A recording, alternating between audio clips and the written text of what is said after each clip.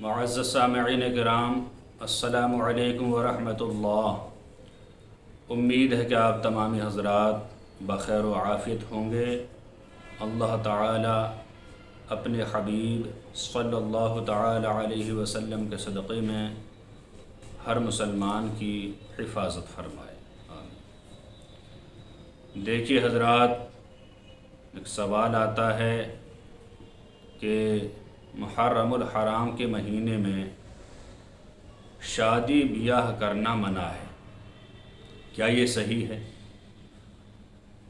آج محرم الحرام کی پہلی تاریخ ہو گئی ہے، سن 1442 ہجری۔ تو سوال ہوا کہ شادی بیاہ کرنا منع ہے، یہ غم کا مہینہ ہے۔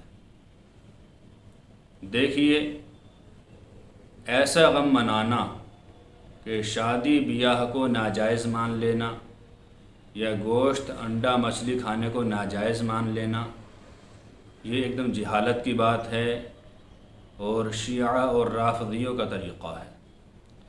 اہل سنت والجماعت کا طریقہ یہ ہے کہ کوئی بھی غم ہو، مثال کے طور پر باپ کا انتقال ہو جائے، دادا کا انتقال ہو جائے، بھائی کا انتقال ہو جائے، محلے میں کسی کا انتقال ہو جائے، تو شریعت مصطفیٰ صلی اللہ تعالی علیہ وسلم میں غم منانے کی مدت صرف 3 دن ہے۔ 3 دن تک غم منا سکتے ہیں۔ اسی طرح اگر شوہر کا انتقال ہو جائے تو بیوی کے لیے 4 مہینے 10 دن سوگ منانے کی اجازت ہے، اس کے آگے نہیں۔ تو حضرت امام حسین رضی اللہ تعالی عنہ کی شہادت مانا کہ بہت دردناک ہے، غمگین ہے اور المناک ہے، تکلیف دہ ہے، لیکن یہ شہادت اتنی بھی غمگین نہیں کہ حلال چیزوں کو حرام سمجھ لیا جائے یا جائز کاموں کو ناجائز سمجھ لیا جائے۔